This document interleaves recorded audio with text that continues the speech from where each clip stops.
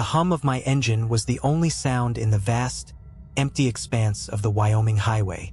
Miles of desolation stretched out ahead of me, the moonlight catching the occasional glint of a rabbit's eyes darting across the road. I adjusted my CB radio, half hoping for chatter, but the channel was dead silent. Trucking at night, alone, had its perks. Less traffic, cooler air, but it also had its moments when the silence felt almost sentient. I was hauling a load of steel beams to a construction site in Salt Lake City. Routine, nothing special.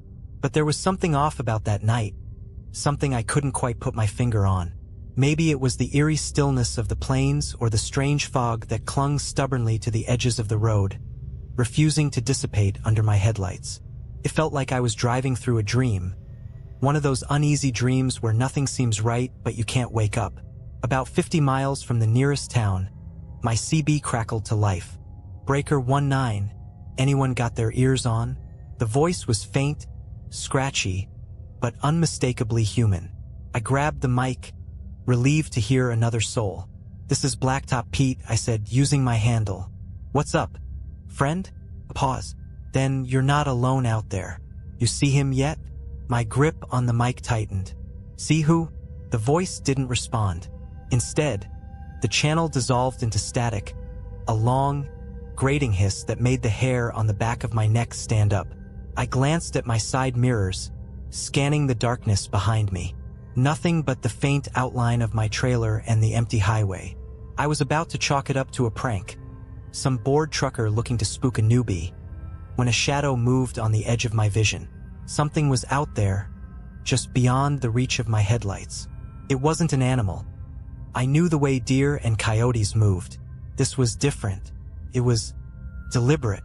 I slowed the truck to a crawl, leaning forward in my seat to get a better look. That's when I saw him. A figure standing on the side of the road, motionless, watching me. He was tall, his body wrapped in what looked like a long, tattered coat. His face was obscured by the brim of a wide hat, casting a shadow that swallowed his features. But what unsettled me most were his hands, long and pale, with fingers that seemed unnaturally elongated, hanging almost to his knees. I passed him slowly, heart hammering, my eyes fixed on the mirrors. He didn't move, didn't turn to follow my truck with his gaze. He just stood there, like a statue carved from the very shadows of the night. When I finally pulled my eyes away, the CB crackled again. The same voice, clearer this time, as though the speaker was sitting in the cab beside me. "Don't stop. Whatever you do, don't stop." I took the warning to heart, my foot pressing the gas pedal a little harder than necessary. The truck groaned as it picked up speed, and my eyes darted between the road ahead and the mirrors. That figure, there was something profoundly wrong about it.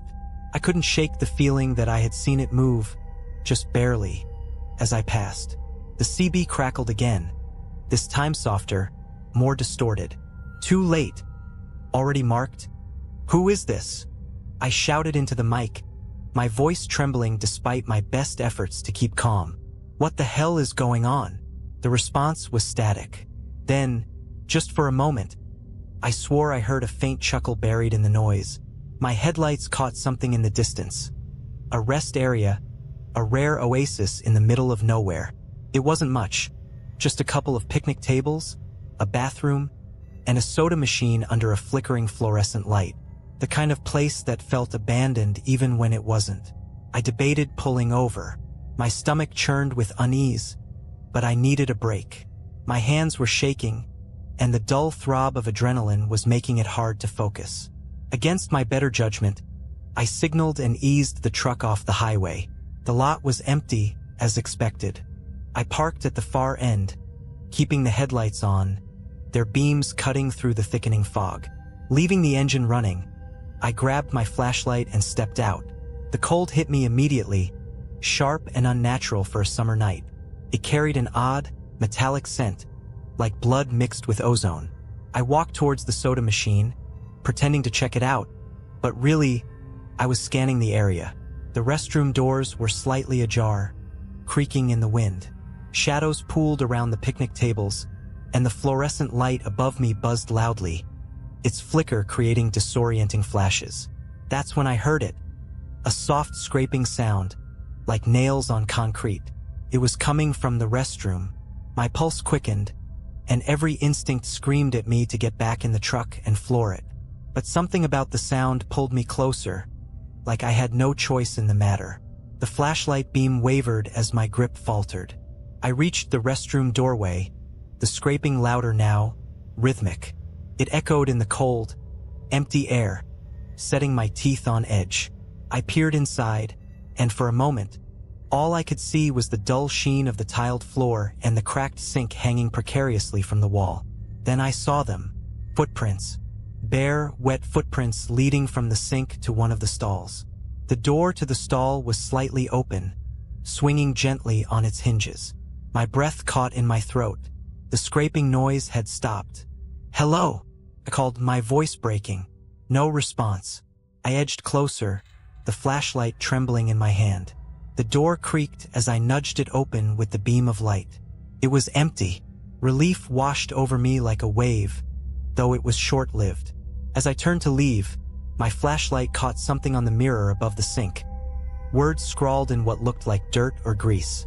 I had to get closer to read them, but I instantly regretted it. "He follows those who see him." The letters dripped slowly, as if they were still being written. That's when the door slammed shut behind me.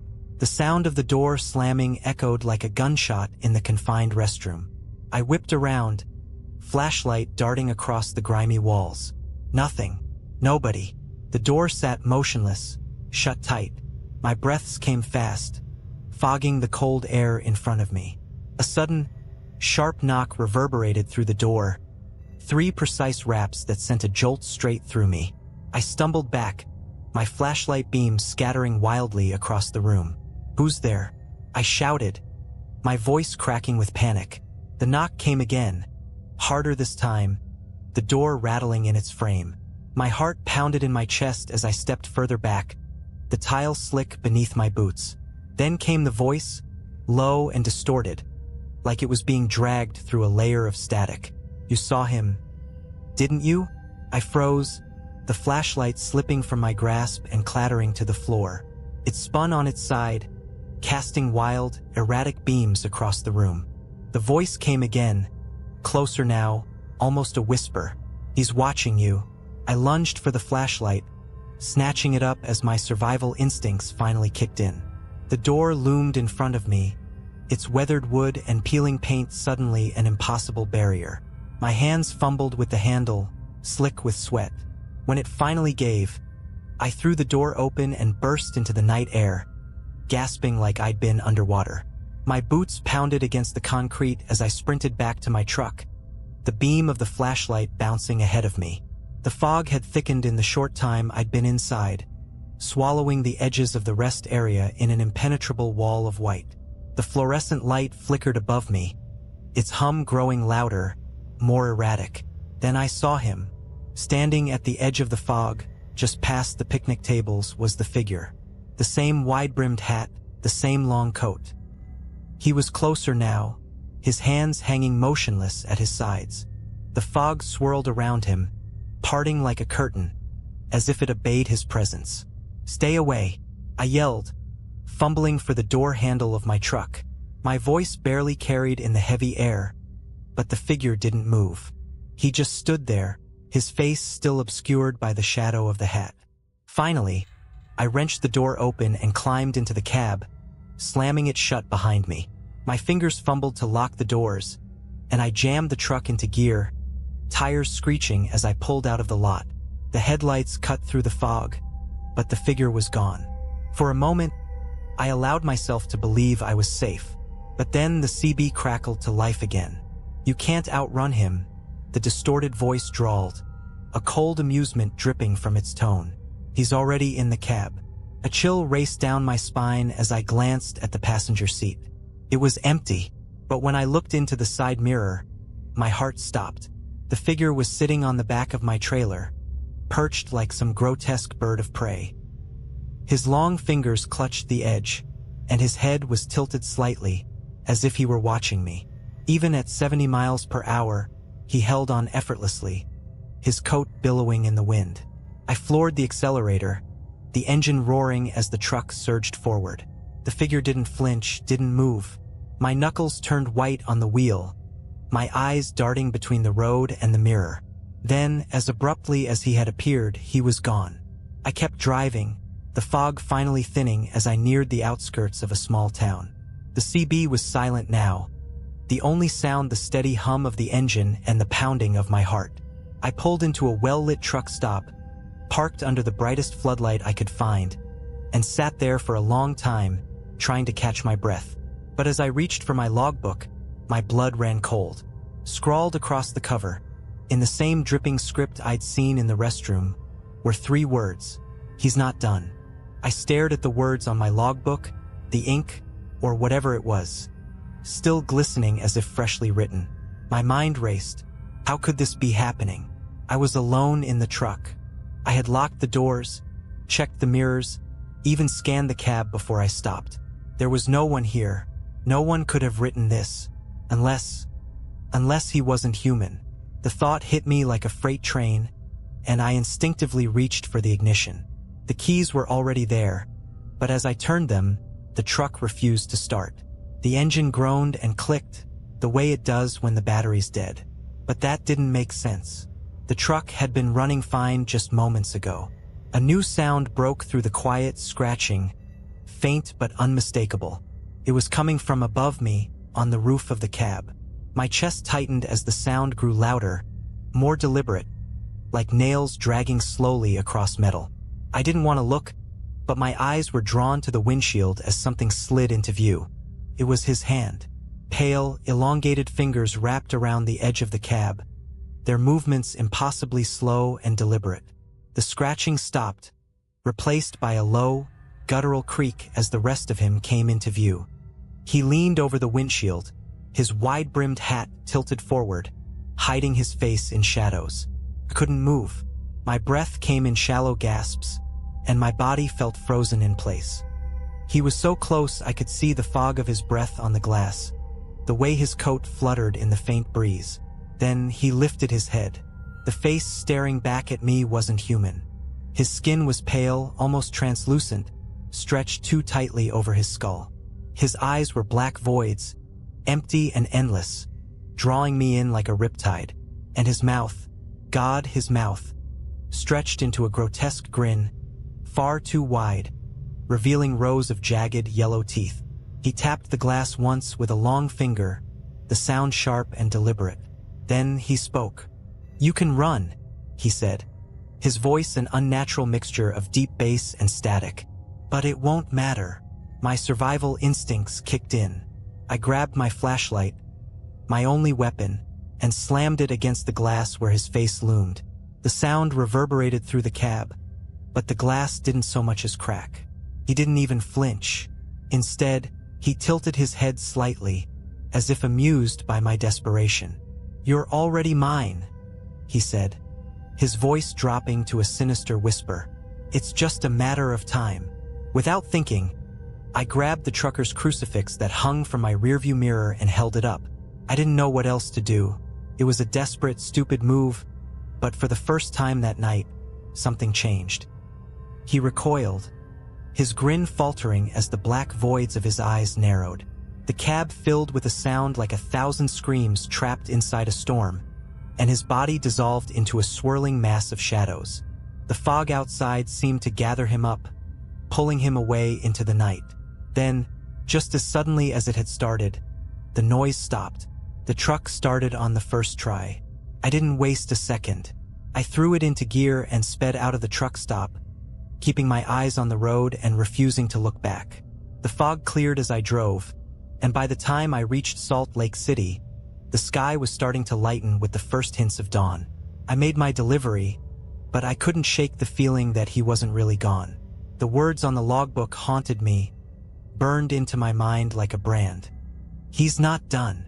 Even now, weeks later, I sleep with the crucifix under my pillow. I've told myself it's over, that it was some kind of hallucination brought on by exhaustion and too much coffee. But sometimes, late at night, when the world is quiet and still, I swear I hear faint scratching on the windows. And I know he's still out there. Weeks turned into months, but the fear never left me. Every long haul felt like walking a tightrope over a bottomless pit, the memory of that night threatening to pull me under. I took shorter routes, kept my radio off, and avoided night driving whenever I could. But trucking is trucking, and the road doesn't always let you dictate the terms. It was a crisp November evening when I found myself hauling a load of farm equipment through the Colorado Rockies.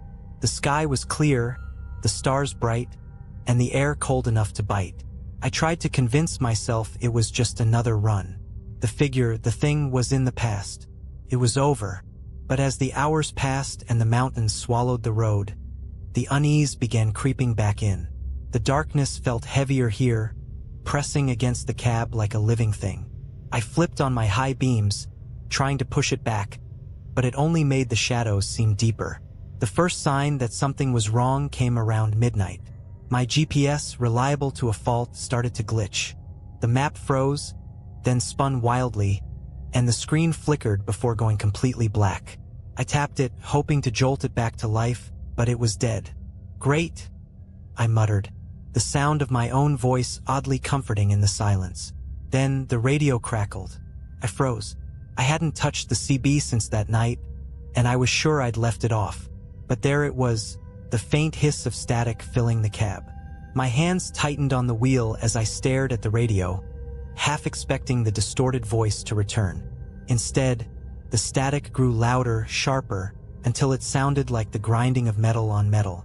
I reached for the knob, my fingers trembling, but as soon as I touched it, the static stopped. Silence. Then, a single word, clear and unmistakable, cut through the stillness. "Pete."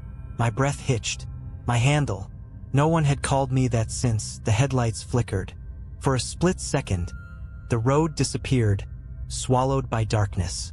When the lights came back on, the figure was there, standing in the middle of the road. His hat was gone, revealing the full grotesqueness of his face, and his grin had widened to an impossible degree. I slammed on the brakes. The truck shuddered, the trailer skidding as the tires screamed against the asphalt. But the figure didn't move. He stood there, his arms outstretched, as if daring me to hit him. And then he was gone. The truck screeched to a stop, the cab shaking as the trailer settled behind me. I sat there, gripping the wheel so tightly my knuckles ached, my eyes darting from side to side. The road ahead was empty, as if he'd never been there. But I knew better.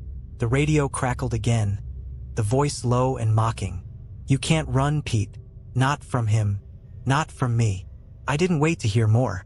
I threw the truck into gear and sped down the mountain, the engine roaring as I pushed it harder than I ever had. The curves of the road blurred past, my focus locked on the faint glow of lights in the distance. Civilization, safety. But the lights didn't get closer. The road stretched endlessly, twisting and turning but never leading anywhere. The figure appeared again, standing at the side of the road, his empty eyes following me as I passed. Then he was in the rearview mirror, then beside the cab, his grotesque grin reflected in the window.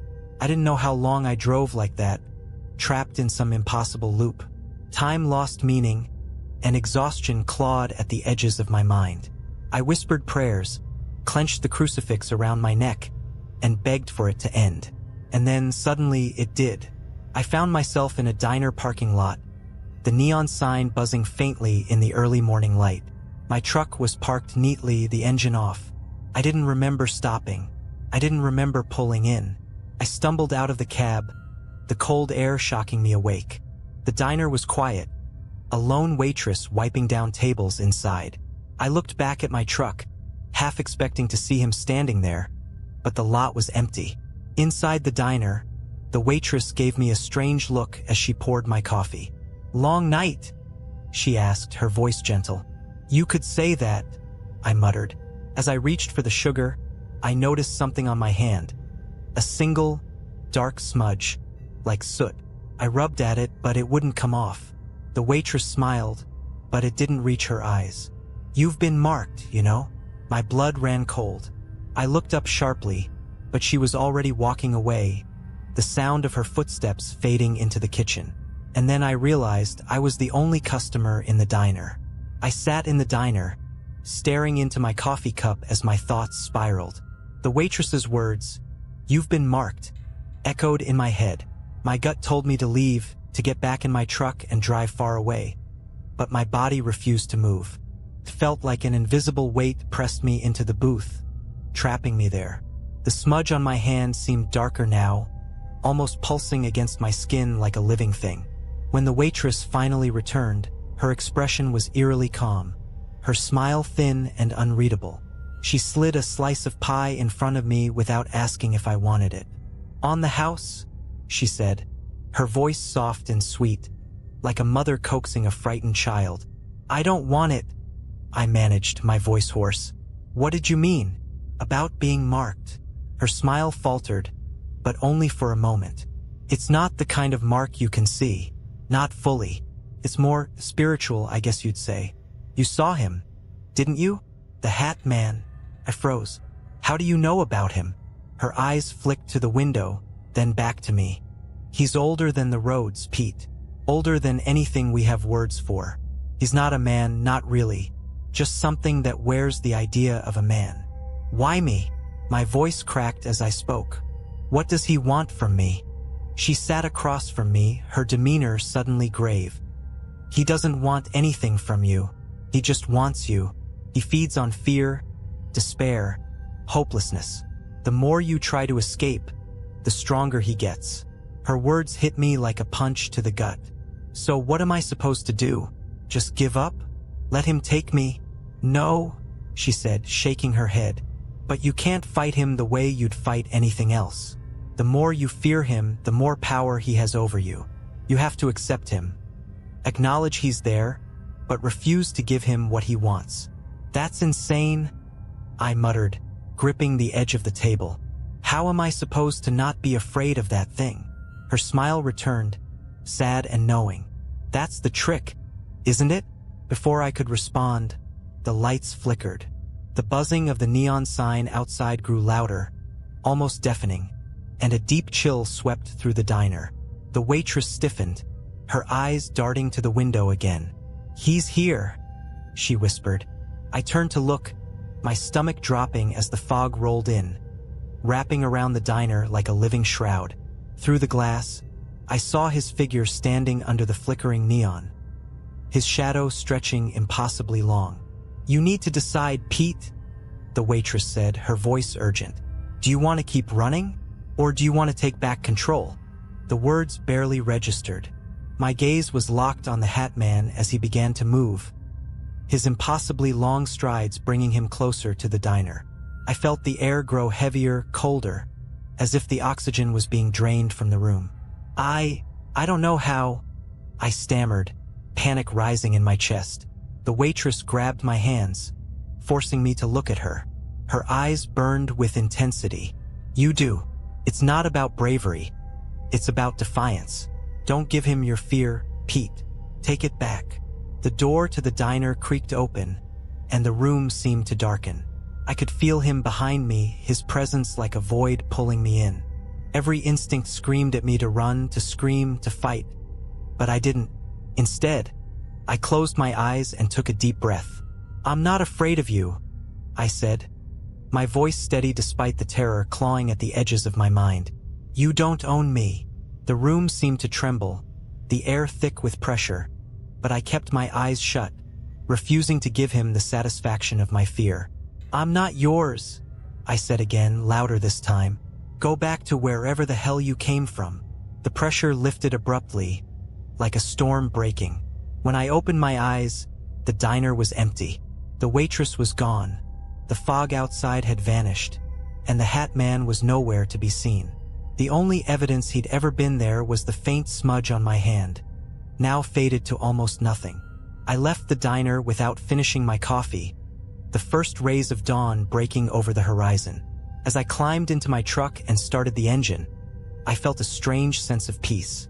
The fear wasn't completely gone, it never would be, but it no longer controlled me. I still see him sometimes, in the shadows at the edge of the highway or in the reflection of a rearview mirror. But now, when he comes, I don't run. I don't scream. I just keep driving, my grip steady on the wheel, and my mind focused on the road ahead. And that's how I survived the Hat Man. Maybe you'll meet him someday too. But if you do, just remember, don't give him your fear.